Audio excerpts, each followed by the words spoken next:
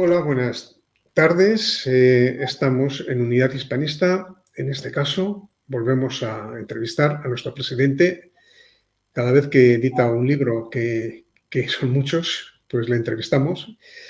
Y por eso hemos tenido anteriormente otras presentaciones de libros de él. Es un prolífico autor mm, de temas de historia y de temas de valores de la hispanidad. Y en esta ocasión tenemos un nuevo libro que se trata sobre el protestantismo. Ese libro nos habla del problema de la escisión que hubo en la Iglesia con esta herejía que fue el luteranismo, el protestantismo, y que bueno, ha tenido una serie de consecuencias en la historia muy graves que nos ha llevado a la situación presente. El protestantismo, historias ocultas, o historia oculta, mejor dicho, impacto en el mundo contemporáneo.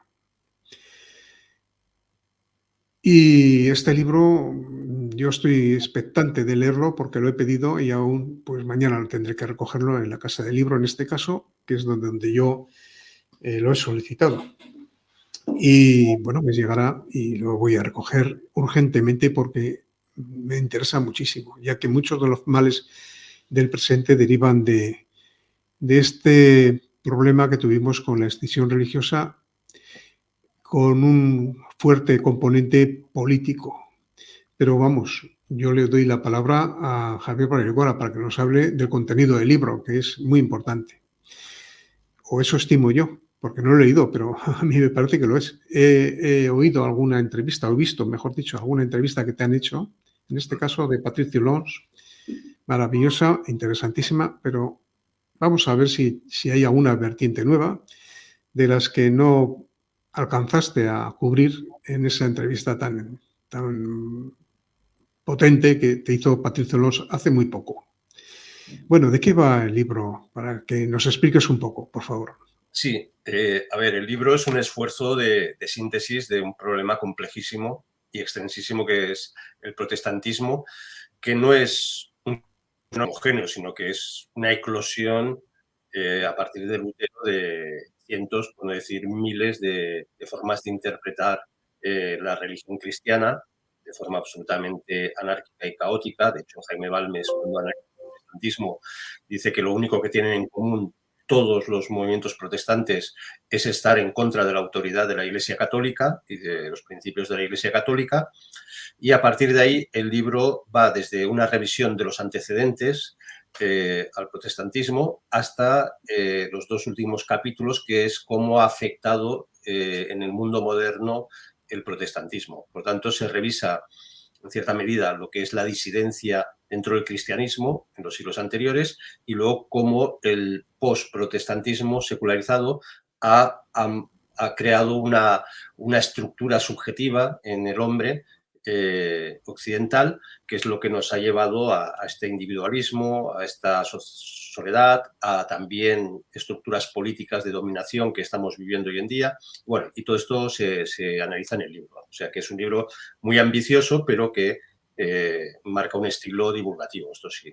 Sí, digo que los precedentes encontramos que ya en siglos anteriores a la aparición de Lutero hay unas constantes de disidencia en la cristiandad, ¿no? Entonces aparecen innumerables sectas, innumerables herejías, desde los cátaros, los valdenses, los pobrellos o fraticelli, y todo este tipo de movimientos pretendían todos, bueno, vivir el auténtico evangelio, pero ellos lo interpretaban como eliminar todo tipo de jerarquía en la sociedad, todo tipo de propiedad. Eran una especie de precedentes de lo que en el siglo XX veremos que es el comunismo.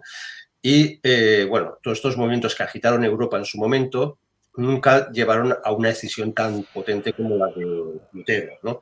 Entonces, hay que explicar que Lutero tiene fuerza su herejía porque la cristiandad estaba muy tocada. La guerra de los 100 años entre Inglaterra y Francia, por ejemplo, había dejado devastada una parte de Europa, el cisma de Occidente, en un momento determinado en la cristiandad no se sabe si hay dos papas, esto erosionaba la autoridad moral del papa, y luego ya llega el Renacimiento, los Borgia, un tipo de papas bueno, mundanizados, aunque por muy mundanizados que estuvieran, no se atrevieron a tocar nunca la doctrina, ni el depósito de la fe, ni la tradición de la Iglesia, ¿no?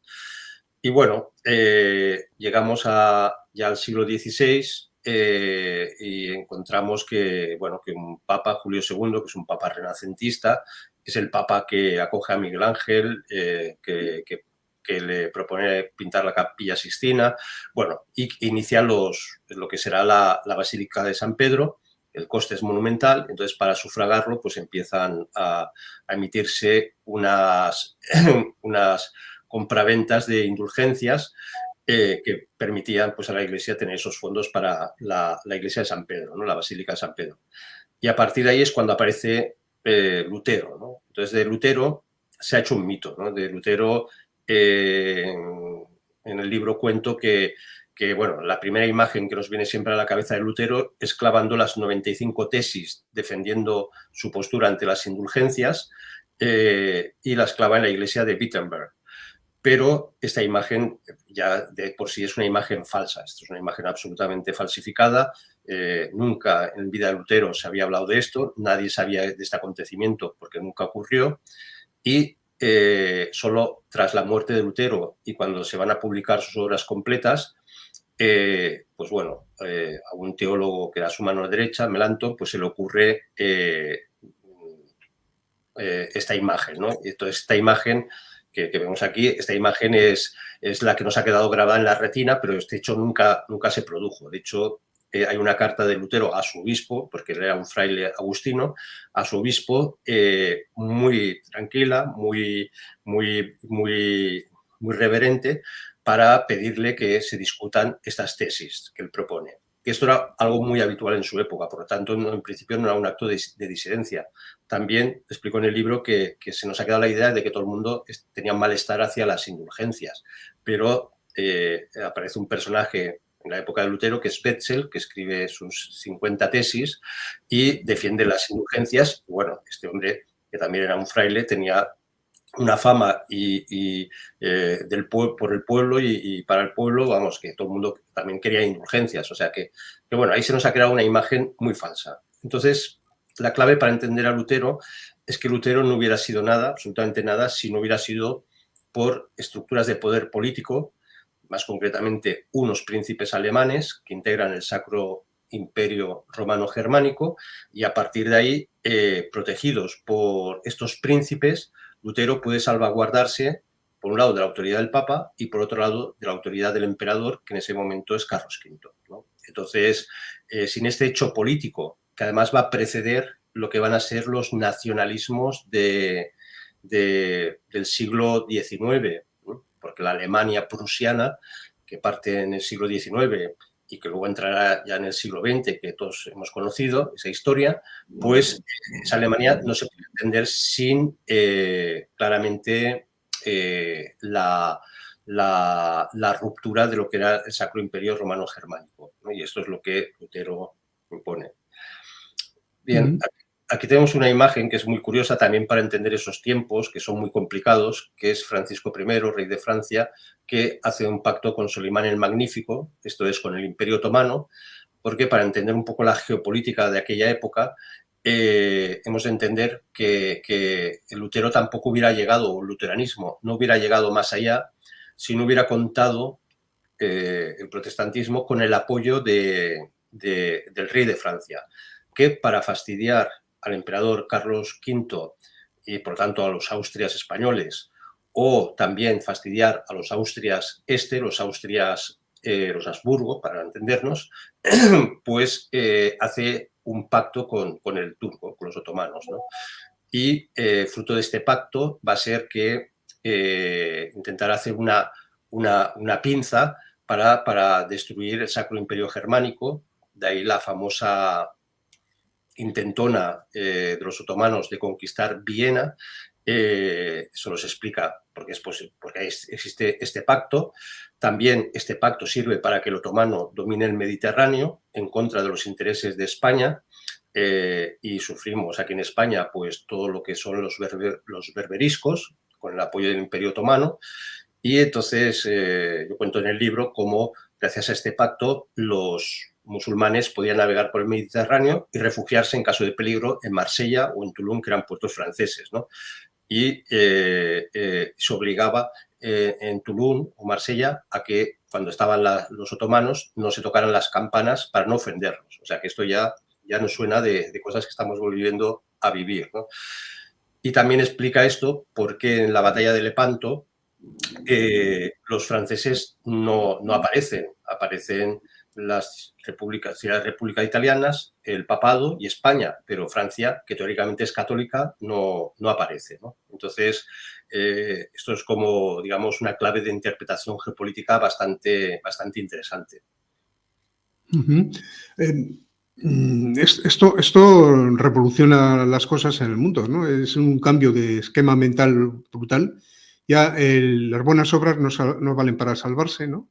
Y entonces, pues eso propicia de alguna manera las revoluciones de tanto de Francia, la Revolución Francesa, como la Revolución más tarde, las revoluciones más tardías, ¿no? del siglo XX. De alguna Sí. manera es el cauce o el principio en el que ya los esquemas de funcionamiento de la sociedad basadas en el bien y en las buenas obras pierden valor y por tanto dan cauce a todo tipo de totalitarismos y de abusos sobre las personas.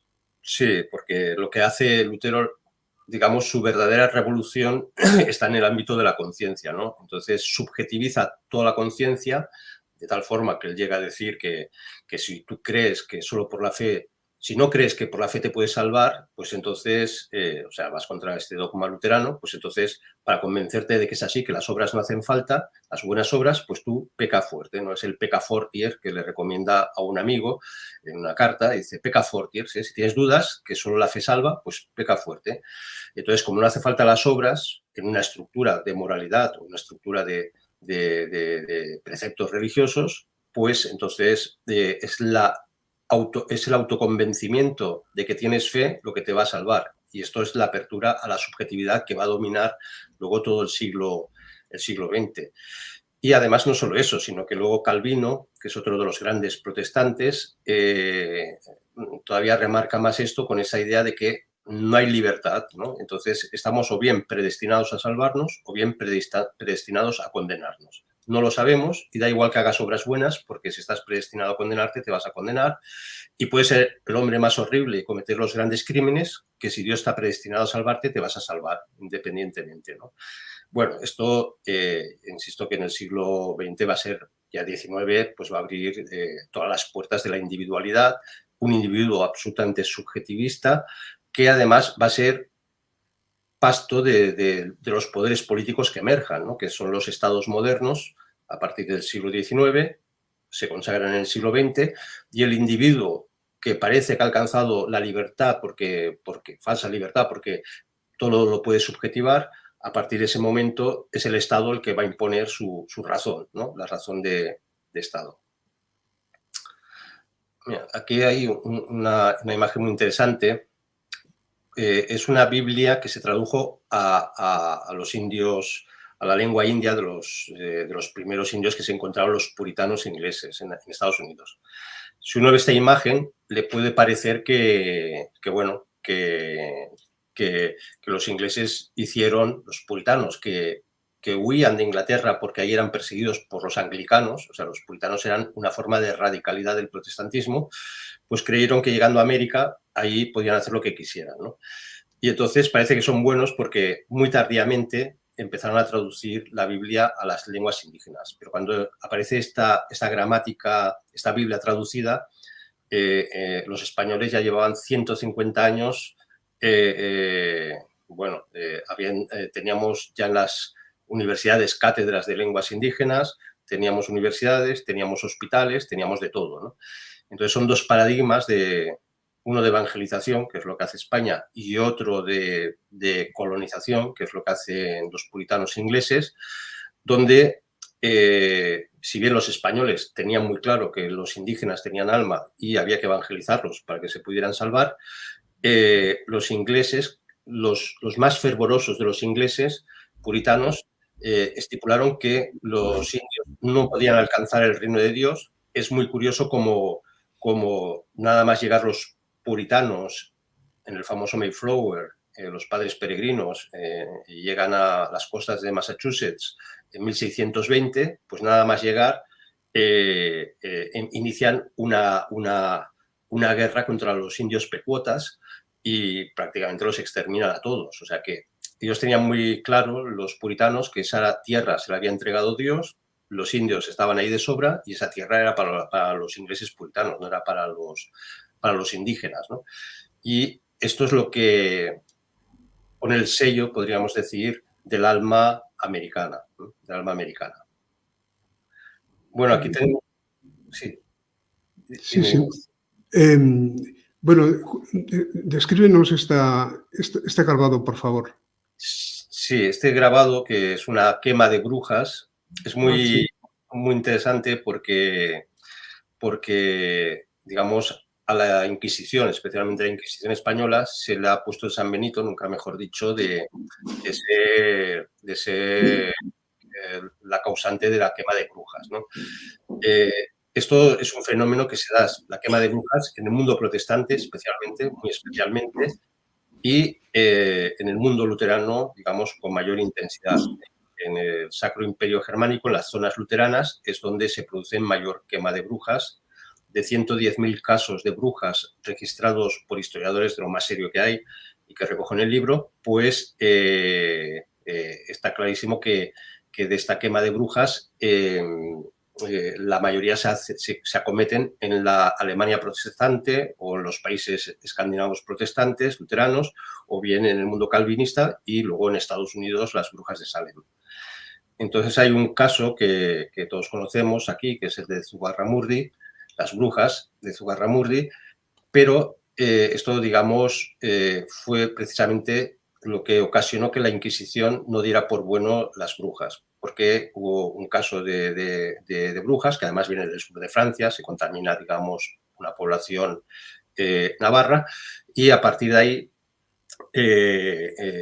hay un caso, la Inquisición riojana, pues condena a unas mujeres por brujas, hay unas ejecuciones, ciertamente, poco más de una docena, y pero muy rápidamente ni el obispo de Pamplona acepta este caso que ha llevado la Inquisición de La Rioja, ni la Inquisición Central Española acepta cómo se ha llevado el caso. Entonces envían unos investigadores, se hace un informe que se hizo muy famoso, y a partir de ese momento, de ese informe, la Inquisición dijo que esto de las brujas era cosa que no eran reales, que no existían y por lo tanto no se podía perseguir, que como mucho la Inquisición estaba para ver si había criptojudíos falsos conversos o ya cuando empezaba a asomar los luteranos y poco más, ¿no?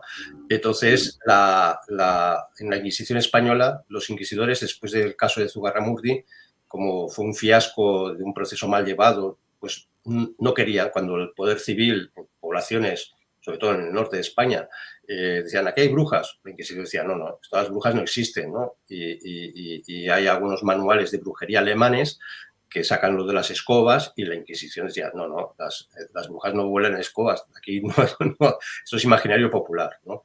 Y entonces en Alemania, ¿qué ocurre? Cuando desaparece la autoridad de la Iglesia católica y queda en manos digamos, no queda, mejor dicho, no queda en manos de nadie los criterios de religiosidad, pues cuando el pueblo creía que había brujas, entonces se creaban unas excitaciones colectivas y se provocaban auténticas masacres de mujeres, incluso niños, están registradas en poblaciones alemanas, yo recojo varios casos, bueno, se mataban decenas y decenas de niños porque simplemente la gente creía que estaban poseídos o eran brujos o eran brujas y tal, ¿no?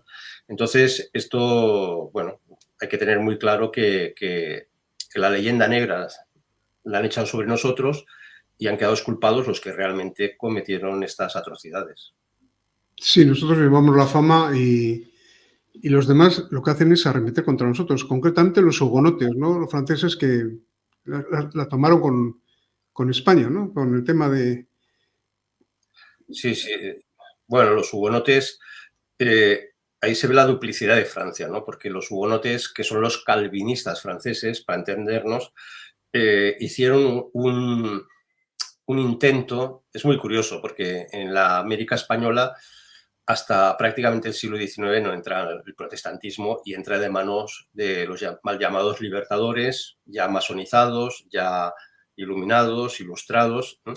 Y hasta entonces el protestantismo no puede penetrar. Pero sí que hubo unos asomos y uno de estos asomos de intentar entrar son hugonotes que van a Florida, intentan entrar en territorio español desde Virginia y los españoles rápidamente los echan, ¿no?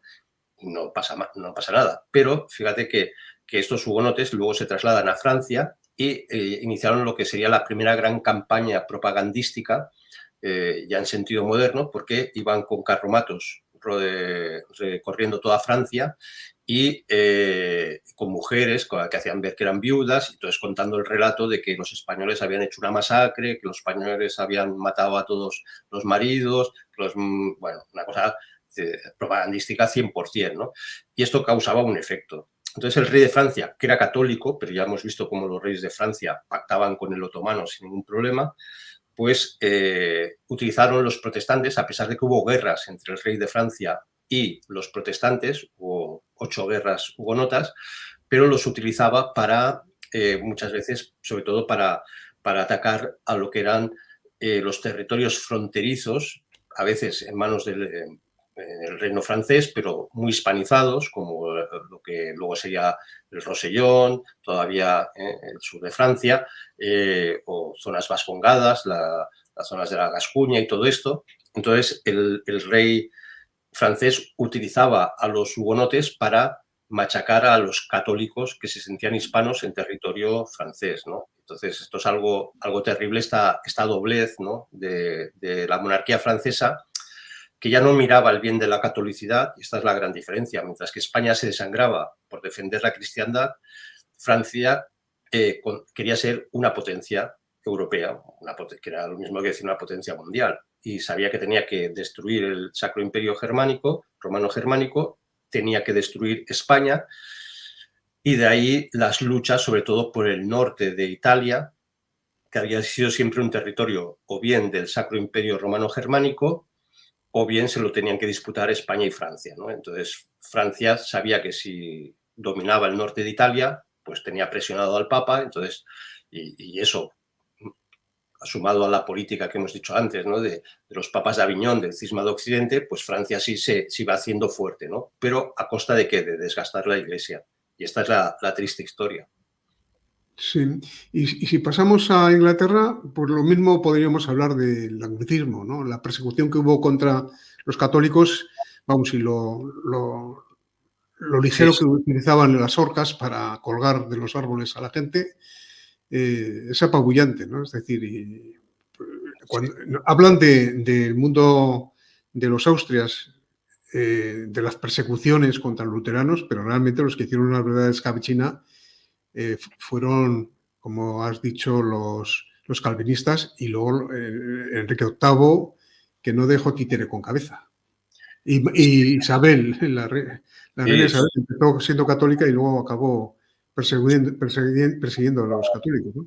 sí, ahí es una historia muy imbrincada, pero es evidente que Enrique VIII, en un principio, era antiluterano, y Tomás Moro le escribe una defensa de los 7 sacramentos contra Lutero y la firma el rey.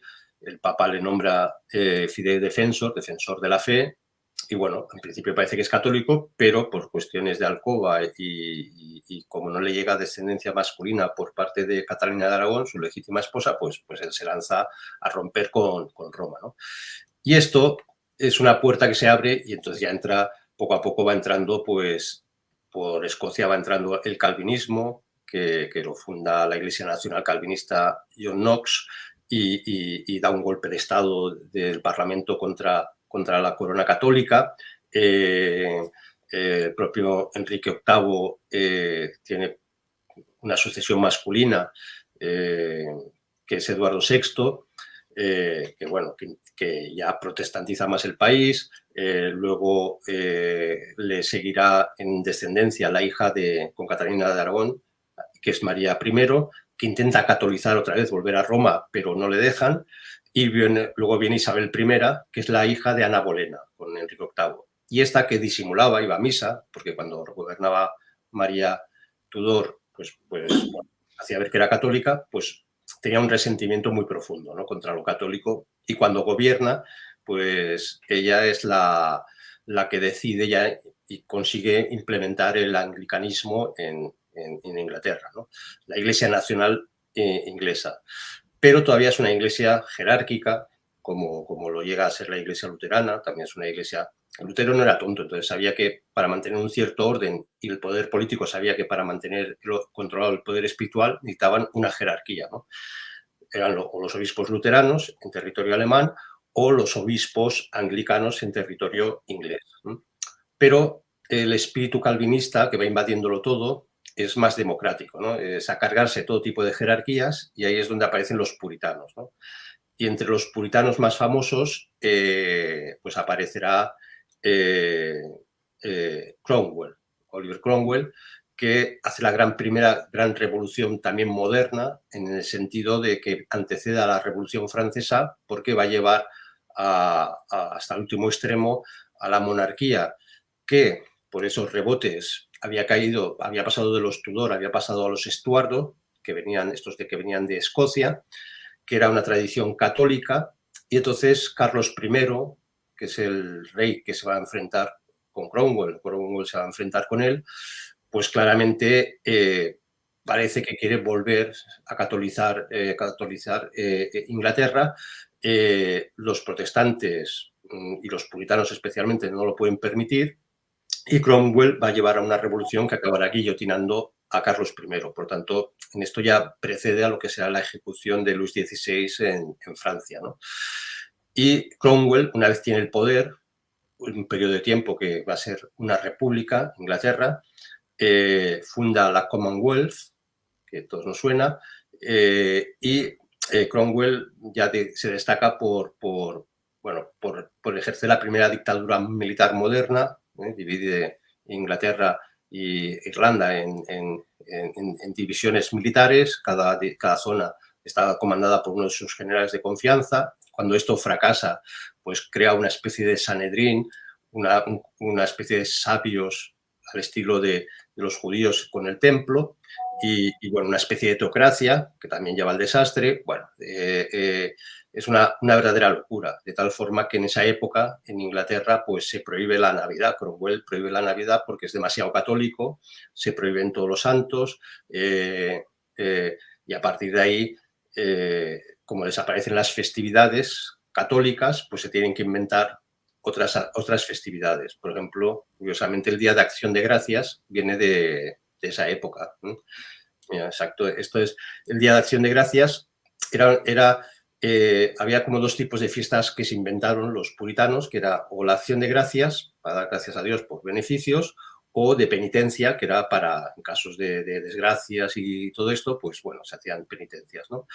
Y entonces, el Día de Acción de Gracias más famoso es cuando, después de llegar los padres peregrinos en el Mayflower a las costas del actual Massachusetts, pues el primer año, claro, no pudieron plantar, no sabían plantar en esas tierras, pasaron mucha hambre, y entonces, gracias a los indios, consiguen sobrevivir, ¿no? Entonces, hay el mito de esta acción de gracias que se le entrega, se reparten el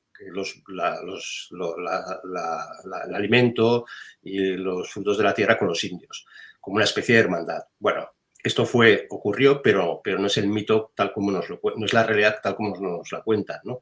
Porque el Día de Acción de Gracias quedó ahí, quedó en un recuerdo oral y poco más. Nunca se celebraba en Estados Unidos, ¿no? Entonces, va a ser mucho después, prácticamente más de un siglo y medio después, 2 siglos después, con Lincoln en la Guerra Civil Americana, en el último tercio del siglo XIX, cuando Lincoln se encuentra con un país absolutamente dividido, una guerra civil, no hay una conciencia nacional real, y entonces tiene que crear un mito fundacional. Entonces recoge esa tradición oral de que los puritanos habían compartido con los indios, se habían compartido y al año siguiente los estaban exterminando. Y a partir de ahí ya sí que es oficial y obligatoria celebrar el Día de Acción de Gracias, que hoy por hoy es la fiesta más importante en Estados Unidos. En su conciencia colectiva me atrevería a decir que es mucho más importante que la Navidad, ¿no? Pero ¿Y esto por qué, sí. perdóname, por qué ese afán o esa especie de obsesión con liquidar a los indios, los puritanos? Porque los puritanos en realidad eran, la misma palabra dice, puros en el sentido de sus verdades religiosas. ¿Qué aspecto de la religión les llevaba a hacer esos crímenes, ese genocidio?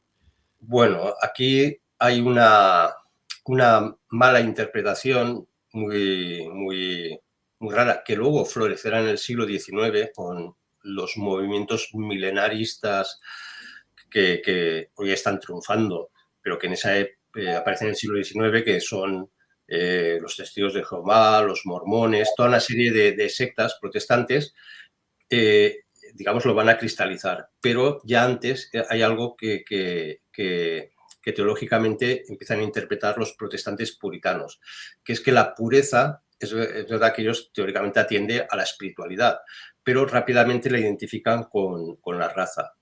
Por eso, desde su origen, Estados Unidos se considera una nación racial o racialista, ¿no? Entonces, para ellos los negros no tenían alma, para ellos los indios dudaban que tuvieran alma, al menos en sentido cristiano, y por lo tanto no eran objeto de salvación, mejor dicho, sujeto de salvación, ¿no? Entonces, hay una interpretación muy curiosa que son los hijos de Noé, Sem, la tradición dice que vienen los pueblos semitas, Jafet, que seríamos los más occidentales, y luego Cam, los camitas, que serían los africanos, ¿no? Y entonces los camitas estarían, digamos, condenados porque por su rebelión contra Noé, y entonces empiezan estas identificaciones de que la raza negra es la raza camita, por lo tanto una raza condenada y por tanto no puede salvar todo lo que sea oscuro, ¿no? Y esto al cabo de varios siglos en Estados Unidos lo recogen los mormones, cuando en el libro mormón pues hacen una especie de reinvención de una historia que nunca existió de Estados Unidos antes de la llegada de los europeos, donde habría dos grandes pueblos indígenas. Entonces, unos habrían pecado y se irían oscureciendo, por lo tanto, estarían condenados, y estos serían los indígenas, y otros se habrían ido haciendo blancos. Bueno, un delirio mental, pero que apoyaba muy bien esa idea del WASP, ¿no? White, Anglo-Saxon and Protestant, ¿no? Pero su idea de raza o su idea de no escogidos, de apartados, de condenados, se aplicaba también ya en el siglo XIX, cuando empiezan a llegar las primeras oleadas de inmigrantes irlandeses, por tanto católicos. Bueno, para ellos eran igual que los negros. O sea que hay fotos del siglo XIX con unos cartelitos que ponían no Irish, no blacks, no dogs, ¿no? De hecho, esto ha dado lugar a una novela muy famosa donde ahí se ve claramente, ¿no?, la identificación. En este establecimiento no se permiten irlandeses, ni negros, ni perros, ¿no? ¿Por qué? Porque es lo mismo, ser un irlandés, ser un negro o ser un perro. De hecho, las ofertas de trabajo, esto está recogido y está muy bien documentado, las ofertas de trabajo que aparecían en el siglo XIX, finales, pues ya podía directamente abstenerse irlandeses, ¿no? ¿Por qué? Porque los consideraban inferiores, los consideraban de otra categoría, y todo esto, digamos, va alimentando lo que va a ser el darwinismo social, que por cierto connive muy bien con el sistema liberal, el sistema capitalista, ¿no?, donde solo unos cuantos pueden prosperar y hay otros que están condenados. Igual que Calvino decía, hay unos que están condenados sí o sí porque Dios los ha predestinado a condenarse, independientemente de sus obras. Pues el espíritu calvinista y capitalista que va germinando en ese Estados Unidos, pues va a ser este, ¿no? Hay unos cuantos desgraciados que no merecen estar entre los escogidos. ¿Quiénes son los escogidos? Los que triunfan económicamente. ¿Y quiénes son? Los blancos, ¿no? De origen protestante, claro. Por tanto, ni irlandeses, ni negros, no merecen, ¿no? Entonces, ni borrachos, ni alcohólicos, ni gitanos, ni nada. Entonces, eso lleva a que uno de los primeros países, el primero es Inglaterra, pero luego el segundo, mucho antes de que Alemania aplicara leyes eugenésicas, en Estados Unidos ya se están aplicando leyes eugenésicas. Por cierto, el primer instituto de planificación familiar con políticas eugenésicas y los primeros fondos de investigación para aplicar la eugenesia, esto es, esterilizar a los pobres, esterilizar a los deformes, esterilizar o matar o abortar a todos aquellos sospechosos de que pueden engendrar niños no sanos, pues entonces esto fue, la primera fundación fue la Fundación Rockefeller, que todos conocemos, ¿no? Como, digamos, representan clarísimamente ese espíritu de que solamente unos cuantos están llamados a triunfar, ¿no?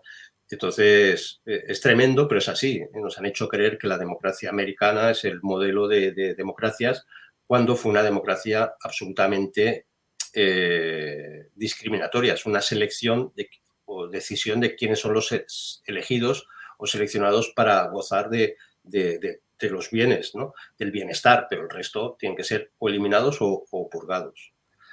¿Tiene alguna relación el nacimiento del nazismo, o sea, la ideología hitleriana, con esta herencia luterana? ¿O es una simple casualidad en el tiempo? No, no. A ver, el partido nazi celebraba con entusiasmo el Lutherstag, que se llama el día de nacimiento de Lutero, porque lo consideraban el padre de la nación alemana. De hecho, la Noche de los Cristales Rotos, esa jornada en la cual todas las tiendas de judíos son atacadas por miembros del partido nazi, se hace justo el día de Lutero, el día de la celebración de Lutero.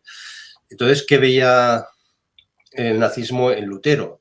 Pues veía dos cosas. Uno, el padre de la nación alemana, porque había conseguido romper el Sacro Imperio Germánico y, por tanto, depurar lo que eran todos los restos católicos del Sacro Imperio Romano Germánico. Por otro lado, había dotado con su traducción de la Biblia, que no fue al alemán, que no fue la primera traducción, ni mucho menos, pero bueno, es la que más fama se ha llevado, de unificar el alemán y, por lo tanto, el alemán corría riesgo porque había muchos dialectos, incluso había zonas del imperio sacro-germánico que no se entendían y hablaban alemán, pero hablaban dialectos tan diferentes que no se entendían entre ellos, ¿no?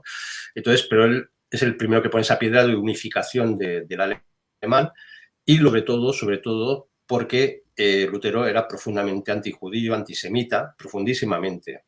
De hecho, tiene varios escritos furibundos contra los judíos, ¿no? Entonces hay algunas frases de Hitler, ¿no? Y diciendo, bueno, Lutero tenía la forma de ver a los judíos como nosotros, ¿no? O sea, que en ellos se reconocen clarísimamente. De hecho, hay carteles electorales de 1933, cuando eclosiona el partido nazi en las elecciones alemanas y pues uno ve Lutero y la esvástica detrás. O sea que ellos no tuvieron que hacer muchos esfuerzos mentales para identificarse con Lutero. Si estudiamos un poco la expansión del luteranismo, que es anterior, es la primera gran expansión protestante, luego vendrá la de Calvino, y Calvino recorrerá el calvinismo las tierras de Holanda, las 17 provincias famosas, bajo el gobierno de los Austrias, y vendrá la guerra de los 80 años de sublevaciones constantes de holandeses contra España, y luego llegará a Inglaterra y luego a América. Pero el luteranismo es muy interesante porque se empieza a expandir hacia el norte, donde había unas monarquías que no eran ni monarquías absolutas, ni mucho menos. Muchas de ellas eran electivas. En Suecia en Dinamarca, y a partir del protestantismo lo que hacen esas iglesias es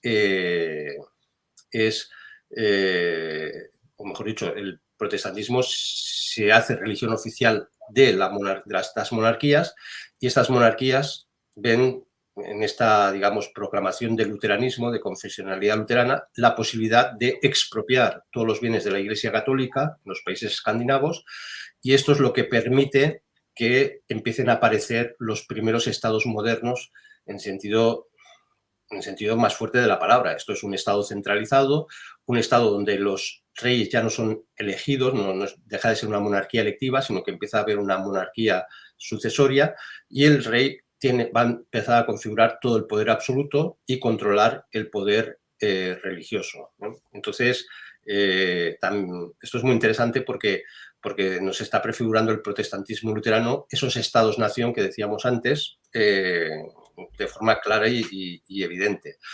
De hecho, claro, nosotros tenemos muy claro cómo se eligen los obispos en la Iglesia Católica, ¿no? Pero hemos de pensar que el poder político en los países luteranos era el que elegía directamente a los obispos luteranos, ¿no? Solo hasta después de la Segunda Guerra Mundial, los que eligen a los obispos luteranos son congregaciones o asambleas de presbíteros luteranos, ¿no? Pero de pastores luteranos. Pero hasta la Segunda Guerra Mundial es el poder político que con mano férrea dirige la Iglesia luterana. ¿Para qué? Para tener la Iglesia a su servicio, ¿no? Y entonces esto pues explica bastantes cosas. Esto nos da, evidentemente, la imagen de que la leyenda negra ha cargado mucho contra España en cuanto al trato a los indios, en cuanto a la civilización trasladada allí, como si fuéramos verdaderos salvajes, entráramos a saco allí y destrozáramos vidas y haciendas, cuando realmente es a la inversa. O sea, esos que nos han estado criticando durante tantísimos años, diría siglos, 2 siglos por lo menos, pues resulta que son los que realmente han hecho unas fechorías basadas en un concepto de la religión y la vida que no tiene nada que ver con la dignidad humana.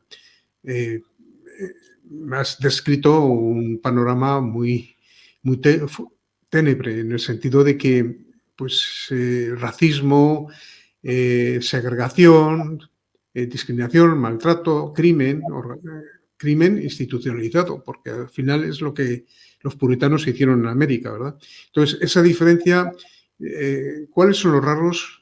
En cierta manera ya lo he apuntado, pero vamos, ¿cuál es el detalle de esos rasgos que diferencian tanto diríamos, al hecho civilizador que tuvimos los españoles en América, contrastado con la colonización brutal que hicieron los puritanos en Norteamérica, por ejemplo?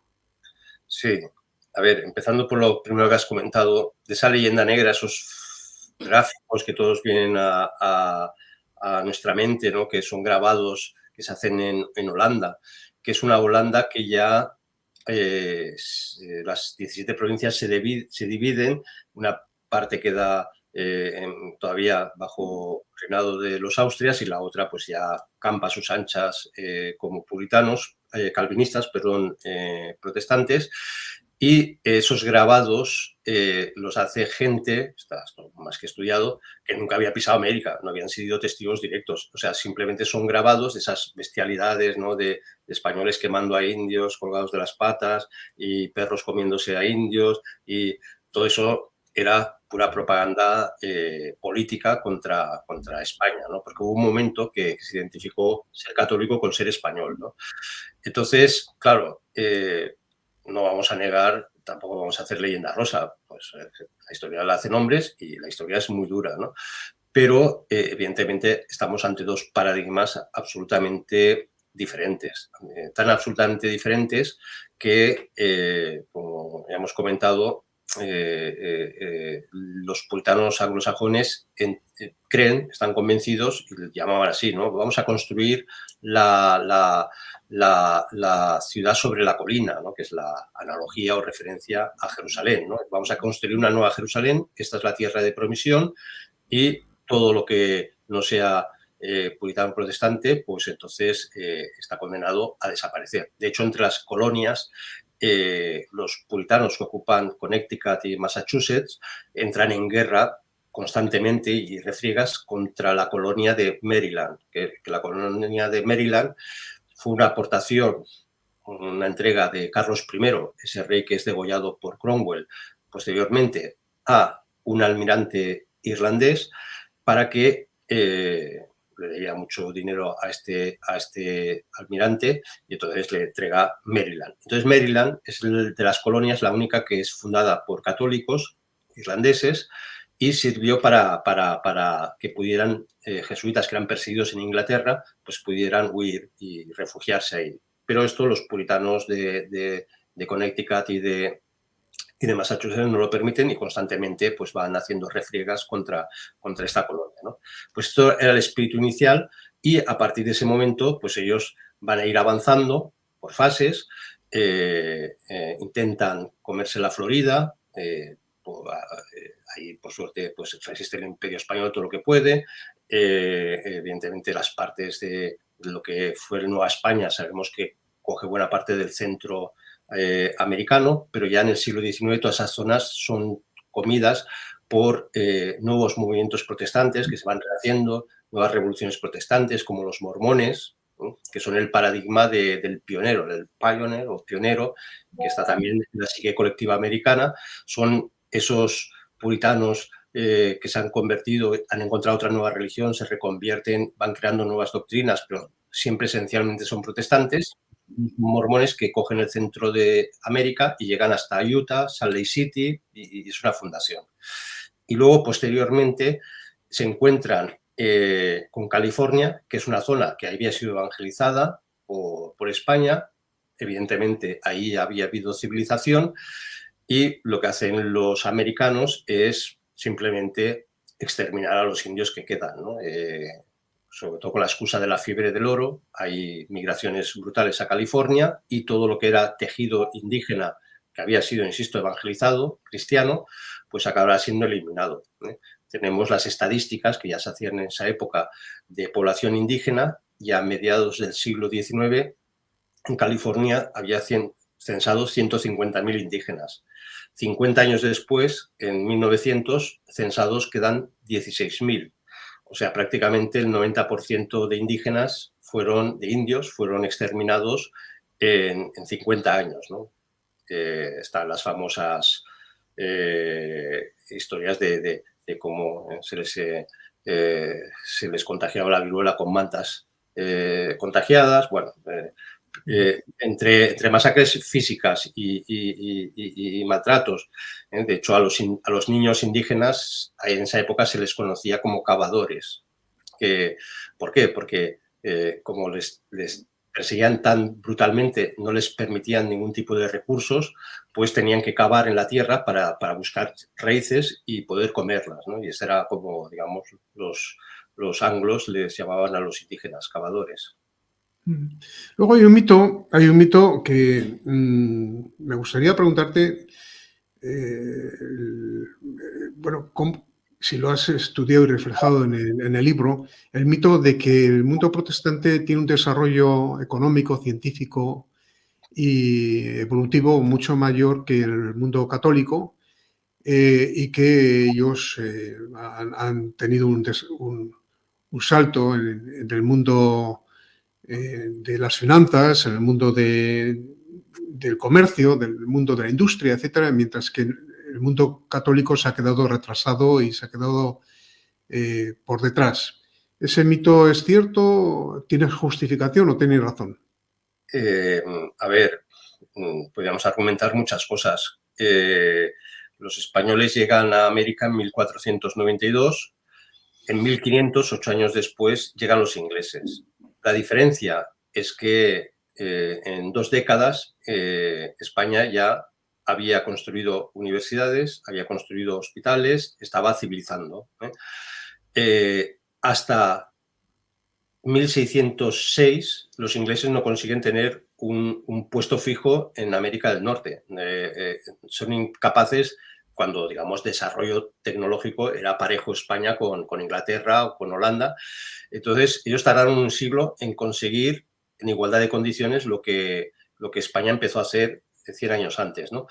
Entonces, todo lo que es los avances tecnológicos, lo que son el poderío económico, todo eso lo tiene España durante el siglo XVI, siglo XVII y hasta el siglo XVIII, hemos de pensar que es la independencia, hasta el siglo XVIII Inglaterra no ha conseguido más que penetrar en sus colonias, las colonias que eran pequeñísimas en extensión geográfica comparado con el Imperio Español. Por lo tanto, el desarrollo civilizador, comercial, económico, España lo lleva por delante 3 siglos.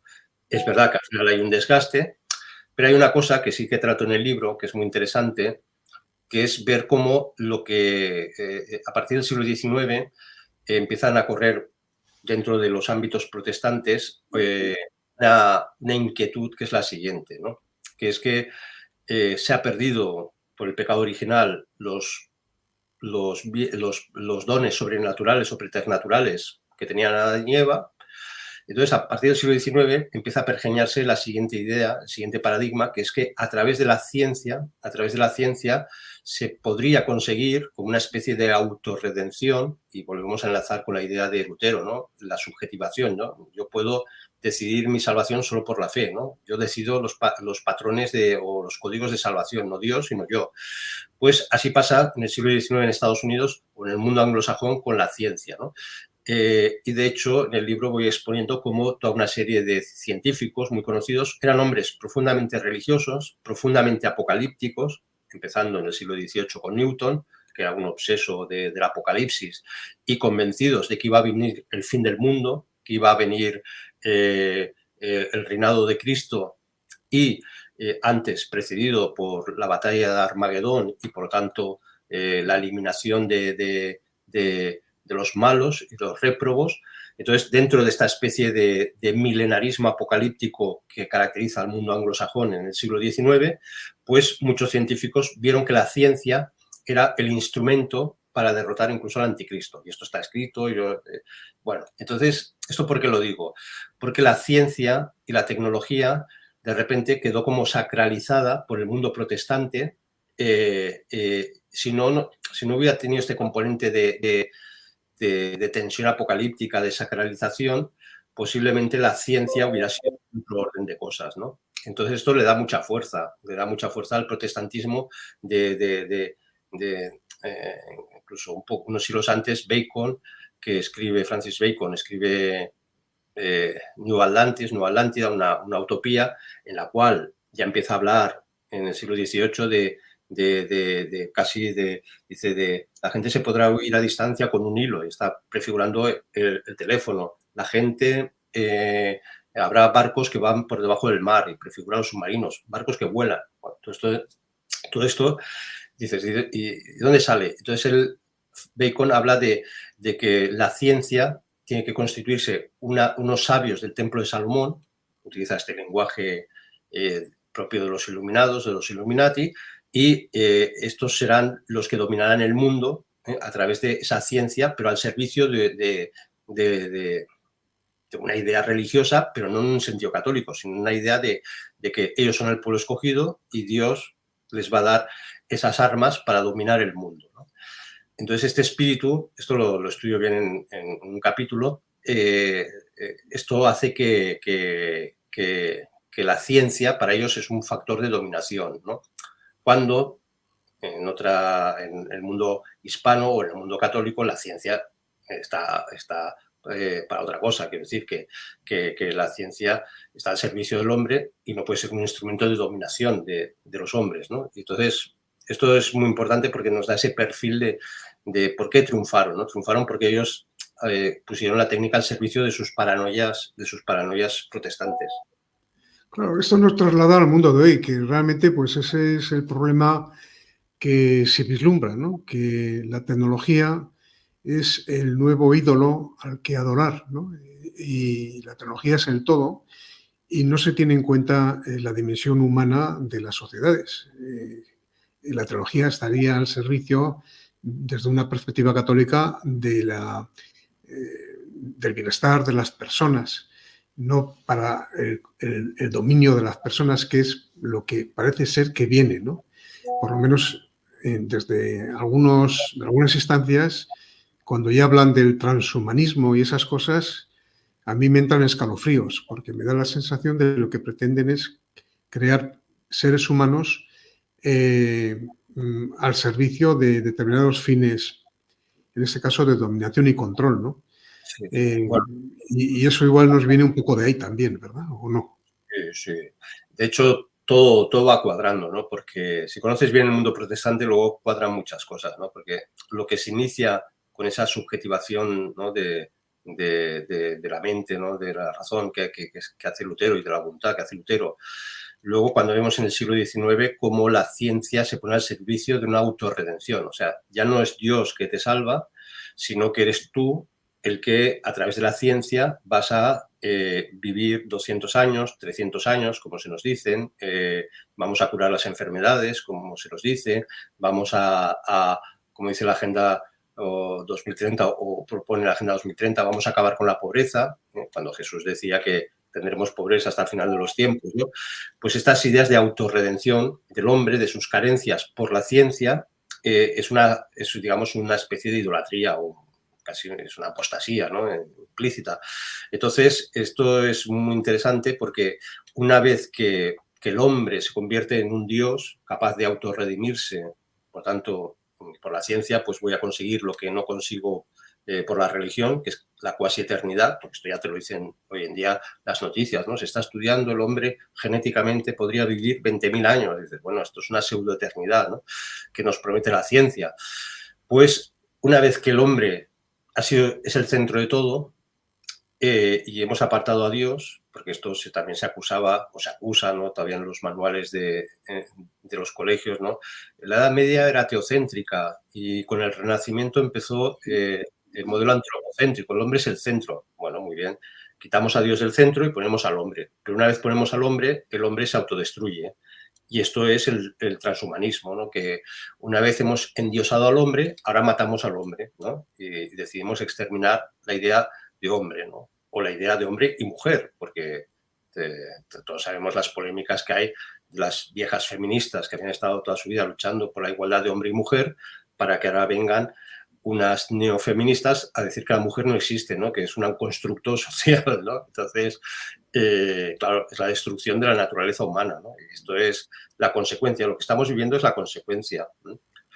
En el libro también saco como todavía la frontera entre el mundo católico y protestante en Europa, mira que está mal la Iglesia Católica, pero hay una frontera psicológico-social que es clarísima, que es el suicidio, ¿no? Entonces, todavía en los países protestantes, aunque prácticamente ya nadie practica el protestantismo, hay más suicidios, se suicida más la gente, ¿no? Que en los países católicos, y con diferencia, ¿no? Y esto, ¿qué denota? Que creó algo, una estructura psicológica, el mundo protestante, la cultura protestante, de esto de la soledad, del aislamiento, esta idea de si tú puedes autorredimirte, ¿para qué necesitas a los demás? No los necesitas, ¿no? Entonces, ¿para qué necesitas la familia? No la necesitas, ¿eh? Por eso se puede deconstruir la familia. Por eso las primeras leyes de divorcio civiles aparecen en el mundo protestante, ¿no? ¿Por qué? Porque clarísimamente está creando una nueva antropología. Y esa nueva antropología, que parece que es muy potente porque se enfrenta al mundo católico, una vez dejado a su albur, esa antropología se deshace y mata al hombre, ¿no? Y esto es lo que tenemos hoy en Europa, que nos ha contagiado los países y las culturas católicas. Una buena conclusión para terminar.